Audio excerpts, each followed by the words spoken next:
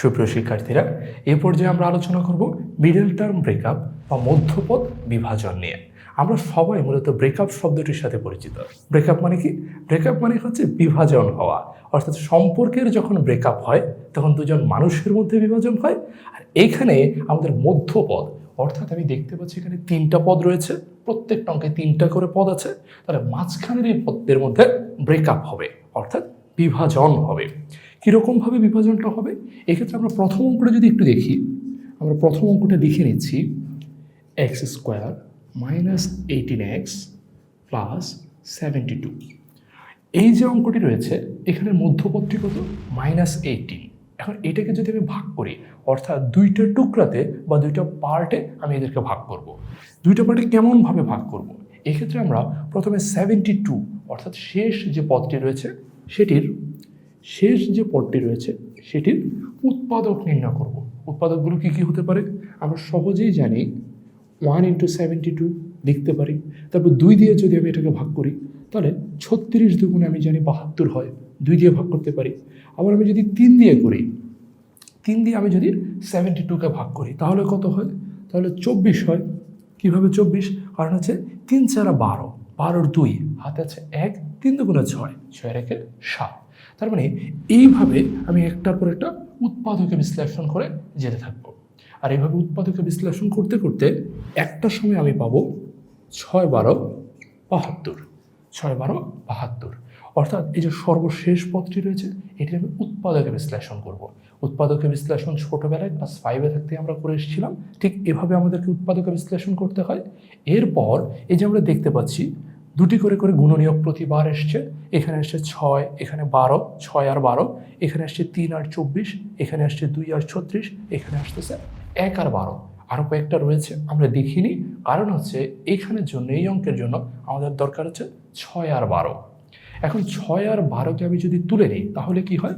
আমি দেখতে পাবো 6 আর 12 গুণ করলে হয় হচ্ছে 72, আর যখন যোগ করব তখন হবে হচ্ছে 18। অর্থাৎ তাহলে এমনভাবে এটিকে ভাগ করতে হবে যেন দুইটা পদ এমনভাবে বের করে আনতে হবে যেন গুণ করলে শেষ পদটা হয় আর যোগ বিয়োগ করলে মাঝখানের পদটা হয়। আবারও বলছি, গুণ করলে সর্বশেষ এই পদটি আসতে হবে, আর যোগ বিয়োগ করলে মাঝখানের এই যে মধ্যপদটি রয়েছে সেটি আসতে হবে। তাহলে বলেছিলাম যে ব্রেকআপ, তার মানে 18 এখন ব্রেকআপ হয়ে 6 এবং 12তে রূপান্তরিত হবে। বোঝা গেছে বিষয়টি? এখন প্রশ্ন হচ্ছে এখানে সামনে চিহ্নগুলো কীরকম হবে? অর্থাৎ এখানে কি +6 হবে না -6 হবে, +12 হবে না -12 হবে? এটি কিভাবে বুঝবো? এটি বোঝার জন্য আমাদের এখানে সাইনটি দেখতে হবে, অর্থাৎ সর্বশেষ পদ বা তৃতীয় পদের সামনে যে সাইনটা রয়েছে সেটা দেখব। সেটা এখানে কি? সেটা হচ্ছে এখানে প্লাস।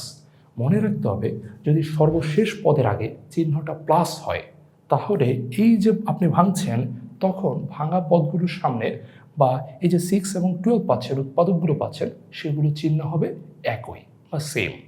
চিহ্ন একই হওয়া মানে কি? চিহ্ন একই হওয়া মানে হচ্ছে 6-এর সামনে যদি প্লাস হয় তাহলে 12-এর সামনেও প্লাস সাইন হবে, 6-এর সামনে যদি মাইনাস হয় তাহলে 12-এর সামনেও মাইনাস হবে। অর্থাৎ এইখানে দুটিতেই একই চিহ্ন হবে। এখন একই চিহ্ন হবে বুঝলাম, কিন্তু একই চিহ্নের মধ্যে কোনটা হবে, প্লাসেরটা না মাইনাসেরটা? এটা কিভাবে বুঝবো? এটা বোঝার জন্য যে জিনিসটির দিকে তাকাবো সেটা হচ্ছে মধ্যপদের দিকে। মধ্যপদে যদি মাইনাস থাকে তাহলে দুটি মাইনাসের হবে, মধ্যপদে যদি প্লাস থাকে তাহলে দুটি প্লাসের হবে। এটি বোঝা গেল। কিন্তু প্রশ্ন হচ্ছে যদি এখানে প্লাস না থেকে মাইনাস থাকে তখন কি হবে? মনে রাখতে হবে যদি সর্বশেষ পদে বা তৃতীয় পদে সামনে যদি মাইনাস থাকে তাহলে এখানে চিহ্নগুলো হবে বিপরীত। অর্থাৎ একটা যদি প্লাস হয় আরেকটা মাইনাস হবে, একটা মাইনাস হলে আরেকটা প্লাস হবে।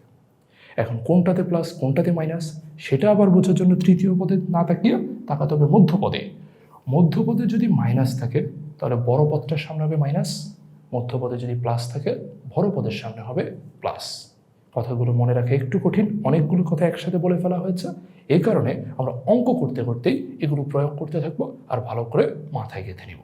তাহলে চলো এই অঙ্কটির দিকে তাকাই।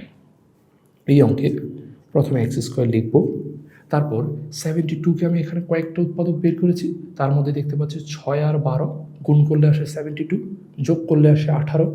যেহেতু এখানে প্লাস রয়েছে তাই এই দুটির চিহ্ন হবে একই চিহ্নের মধ্যে মধ্যপদে যেহেতু মাইনাস আছে তো এই দুটির সামনেই হবে মাইনাস সাইন, অর্থাৎ হবে -6 ইন্টু -12। কারণ আমি জানি -6 আর -12 গুণ করলে আসলে -72, আর যখন যোগ করব আমি যখন যোগ করব তখন আসবে -18x। তাহলে লিখে ফেলি -6x -12x, আর শেষে আবার লিখছি 72। এরপর আমরা যদি খেয়াল করি তাহলে দেখতে পাবো এই দুটির মধ্যে আমি কমন নিতে পারি। কমন নেওয়া যায় x, নিয়ে নিলাম x কমন, তারপর এখানে থাকছে x -6। কীভাবে এটি পেলাম? তুমি যদি x এর সাথে x মাল্টিপ্লাই করো তুমি পাবে x², x এর সাথে 6 মাল্টিপ্লাই করলে তুমি পাবে 6x। তাহলে এই দুটি থেকে এটুকু পেলাম। এবার এই পার্টটুকু থেকে কমন নিচ্ছি -12, তাহলে থাকছে x -6। কীভাবে? খেয়াল করে দেখো, -12 এর সাথে যদি x-কে মাল্টিপ্লাই করো তাহলে পাবে -12x, আর -12 এর সাথে -6-কে মাল্টিপ্লাই করো তাহলে মাইনাসে মাইনাসে প্লাস 12 ইন্টু 6, তাহলে পাচ্ছ 72 বা 72, মিলে গেল। এরপর এটির মধ্য থেকে কমন নিব, কমন যায় হচ্ছে x -6, বাদ বাকি থাকছে হচ্ছে x -12, লিখে ফেলছি x -12। তাহলে দেখো বন্ধুরা, আমাদের যে রাশিটি দেওয়া ছিল বীজগাণিতিক রাশি, সেটি কিন্তু গুণফল আকারে x -6 এবং x -12 এর গুণফল আকারে প্রকাশ করে ফেলেছি। তাহলে এটি হচ্ছে আমার উত্তর। কীভাবে অঙ্কটি সমাধান করেছি? অঙ্কটি মধ্যপদ বিশ্লেষণ বা মিডল টার্ম ব্রেকআপের মাধ্যমে আমরা সমাধান করেছি। এই অঙ্কটি এখানেই শেষ। এবার মধ্যপদ বিশ্লেষণের এই ধারণাগুলো নিয়ে আমরা দ্বিতীয় অঙ্কটি সমাধান করব। তাহলে চলো দ্বিতীয় অঙ্কটি করি। দ্বিতীয় অঙ্কের প্রশ্নটি হচ্ছে এরকম, x² - 9x -36। এখন x² লিখলাম প্রথমে, তারপর -36 রয়েছে। আমি 36 এটার কয়েকটা উৎপাদক নির্ণয় করব। এই ক্ষেত্রে তোমাদেরকে বলে রাখি, আমি একদম বেসিক লেভেল থেকে বা একদম প্রাথমিক পর্যায় থেকে এটি ভেঙে ভেঙে দেখাচ্ছি, তাই এরকমভাবে আমি করছি। কিন্তু তোমরা যখন এই মিডল টার্ম বিষয়ে অনেক এক্সপার্ট বা দক্ষ হয়ে যাবে তখন এগুলো করতে হবে না। তুমি সংখ্যা দেখিয়ে বলে ফেলতে পারবে 36কে কীভাবে ভাঙলে এটিকে গুণ করলে 36 হয়, আর যোগ বিয়োগ করলে 9 হয়, সেটা তুমি খুব সহজেই বুঝে ফেলতে পারবে। যেমন এই অঙ্কের ক্ষেত্রে আমি বলতে পারি, আমি যদি 3 × 36 করি, অর্থাৎ আমি যদি 36কে 3 দিয়ে ভাগ করে 3 আর 12 এই দুটি উৎপাদকে বিশ্লেষণ করি, তাহলে এই অঙ্কটি সমাধান করে ফেলা যায়। কিভাবে? তুমি 12 থেকে 3 বিয়োগ করো, তাহলে কত হবে? তাহলেই তুমি পেয়ে যাবে 9। তাহলে এই অঙ্কের জন্য আমি বুঝতে পারছি 3 আর 12ই হচ্ছে আমার উৎপাদক। এরপর 36-এর উৎপাদক এই অঙ্কের জন্য 3 আর 12, যেহেতু এখানে মাইনাস সাইন রয়েছে আমি বুঝতে পারছি 3 এবং 12-এর চিহ্নগুলো হবে বিপরীত। বিপরীত চিহ্নের মাঝে কোনটাতে কোনটা হবে খেয়াল করে দেখো, মাঝখানে 9x এর সামনে রয়েছে মাইনাস, তাহলে আমি বুঝতে পারছি আমার যে বড় সংখ্যাটি অর্থাৎ 12 এটির সামনে হবে মাইনাস, আর যে ছোটটি 3 এটির সামনে হবে প্লাস। বোঝা গেছে বন্ধুরা? তাহলে চলো লিখে ফেলি এখানে। প্রথমে তাহলে -12x, ছোটটির সামনে যেহেতু প্লাস তাই +3x, তারপর -36 লিখে ফেললাম। এরপর প্রথম দুটি থেকে আমি কমন নিচ্ছি x, বাদ বাকি থাকে x -12। পরের দুটি থেকে আমি কমন নিচ্ছি +3, আমার বাকি থাকছে আবার x -12। আমি যদি আবারও কমন নিই আমি পাচ্ছি x -12, আর বাকি থাকে হচ্ছে x -3, আর এটি হচ্ছে আমার অ্যান্সার, x -12 × x + 3। খুবই সহজ একটি অঙ্ক, তুমি একটু ভালো করে বুঝলেই তুমি অঙ্কগুলো করে ফেলতে পারবে। এই পর্যায়ে আমরা চলে যাচ্ছি আমাদের সর্বশেষ যে কাজের অঙ্ক 3 নম্বর সেটিতে। এটি এদিকে সমাধান করছি আমি। 3 নম্বর প্রশ্নটি হচ্ছে x² - 23x প্লাস 132 132। আবার ফার্স্ট x² লিখে ফেললাম। এবারে 132কে আমার উৎপাদকে বিশ্লেষণ করতে হবে, অর্থাৎ এই যে এখানে করে দেখিয়েছি এরকমভাবে করতে হবে। সো আমরা এটি আগেই করে দেখেছিলাম, আমরা করে দেখেছি 132কে তুমি যদি 11 দ্বারা ভাগ করো, কত দ্বারা বন্ধুরা? 11 দ্বারা। 11 দ্বারা ভাগ করলে তুমি পাবে হচ্ছে 12, অর্থাৎ 11 দ্বারা ভাগ করে তুমি পাচ্ছ 12, তার মানে 11 আর 12 গুণ করলে আসে 132, আর 11 আর 12 যদি যোগ করো তাহলেই তুমি পাচ্ছ হচ্ছে 23x। বোঝা গেছে বন্ধুরা? গুণ করলে পাচ্ছি 132 আর যোগ করলে পাচ্ছি 23। এরপর আমরা দেখতে পাচ্ছি 132-এর সামনে চিহ্নটি হচ্ছে প্লাস, তার মানে আমি যে উৎপাদকগুলো বের করেছি তাদের সামনে চিহ্ন হবে সেম। মধ্যপদের চিহ্ন রয়েছে মাইনাস, তাই এখানে চিহ্ন যেহেতু সেম হবে দুটির সামনে বসবে মাইনাস, তাই লিখে ফেলছি -11x -12x প্লাস 132।